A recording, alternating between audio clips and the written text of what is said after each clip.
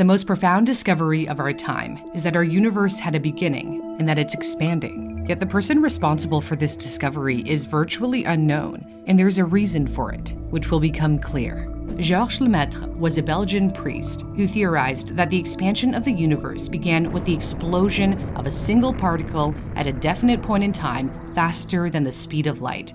The Big Bang theory is accepted by nearly all astronomers today.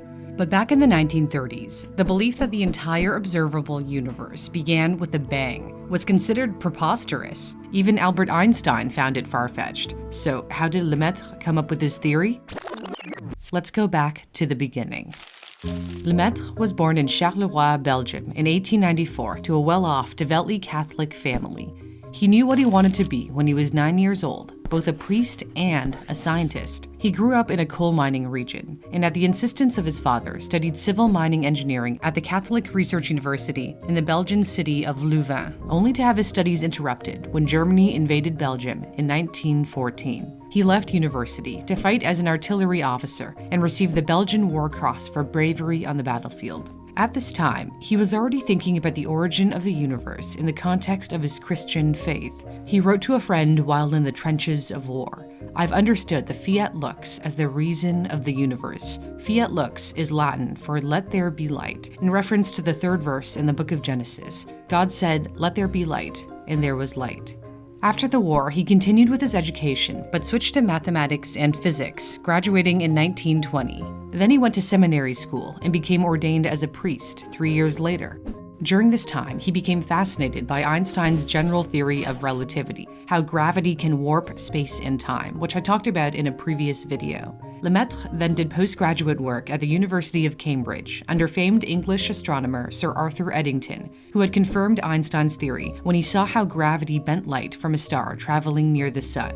Eddington gave Lemaitre a glowing recommendation, after which he spent time at Harvard and then got accepted into a doctoral program at MIT.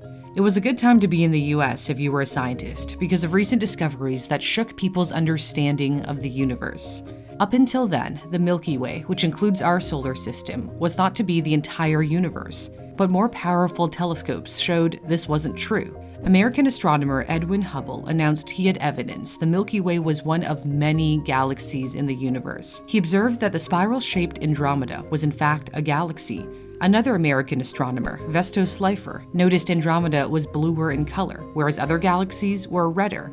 Slipher knew Andromeda was approaching us. Because if light is coming toward you, the waves get more squished, making the light bluer. If it goes away from you, it gets stretched out, making the light waves appear redder. The light of distant galaxies that appeared to shift more toward the red end of the color spectrum suggested they were getting farther away from Earth. The belief was that the galaxies were moving away in a static universe.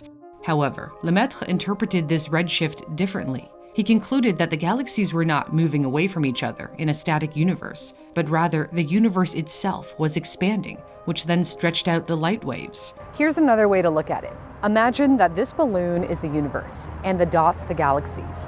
As the balloon expands, then the separation between the dots also expands. And from the perspective of each individual dot or galaxy, it appears that the others are moving farther away from it. An expanding universe completely shattered the notion that the universe was static, which is what Einstein strongly believed. But an unchanging universe was problematic for his own theory of relativity. If gravity were the only active force in a static universe, the universe would collapse. To get around this issue, Einstein added a cosmological constant, presumably a form of matter or energy that opposes gravity. On the other hand, Lemaitre's expanding universe would satisfy Einstein's theory of relativity. Still, Einstein wasn't swayed. He refused to believe in an expanding universe. Lemaitre recalled Einstein told him, "Your calculations are correct, but your physics is atrocious." It would take Einstein a long time to come around. He did finally abandon his cosmological constant, calling it the greatest blunder of his life.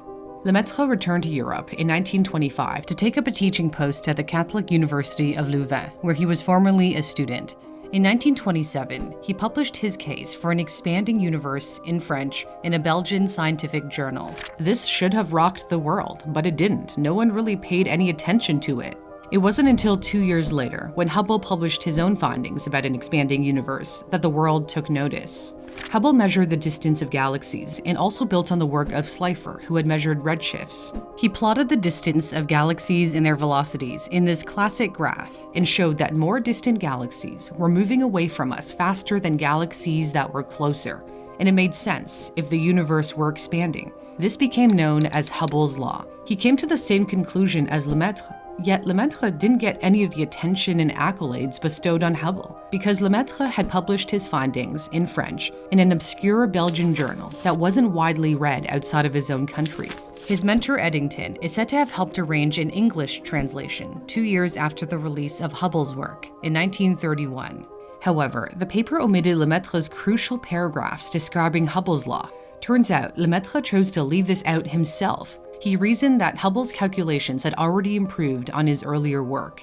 He apparently wasn't fussed at proving that he had come up with the expansion theory before Hubble. He was a humble man who didn't mind that Hubble got the glory.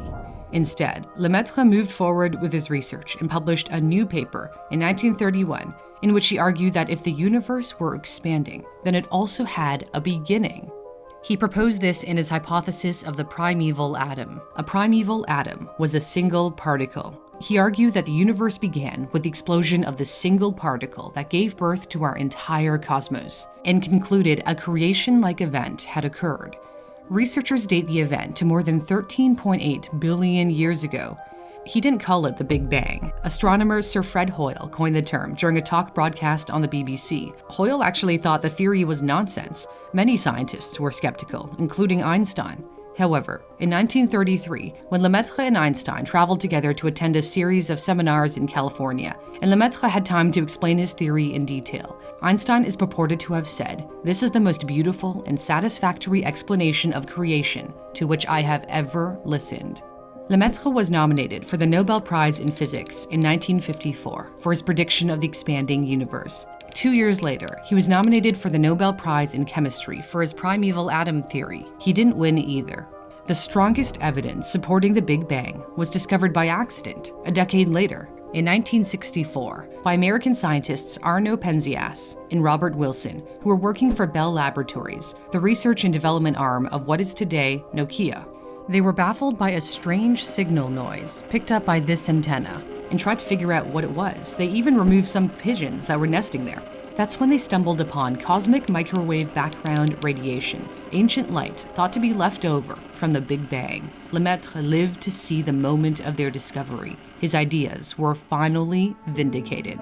He died 2 years later, in 1966, from leukemia at the age of 71.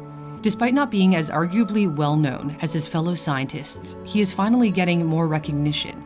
In 2018, the Hubble law was changed to the Hubble-Lemaitre law. Lemaitre may have helped uncover the secrets of the universe, yet the more we learn, the stranger it gets.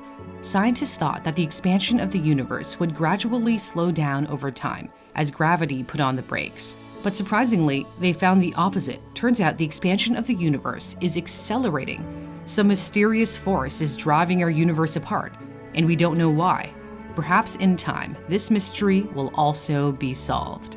Thanks so much for watching. I hope you enjoyed it. If you did, don't forget to subscribe and give it a like. For Newsthink, I'm Cindy Palm. Ah, you're so cute. This fella says thanks as well. Yeah.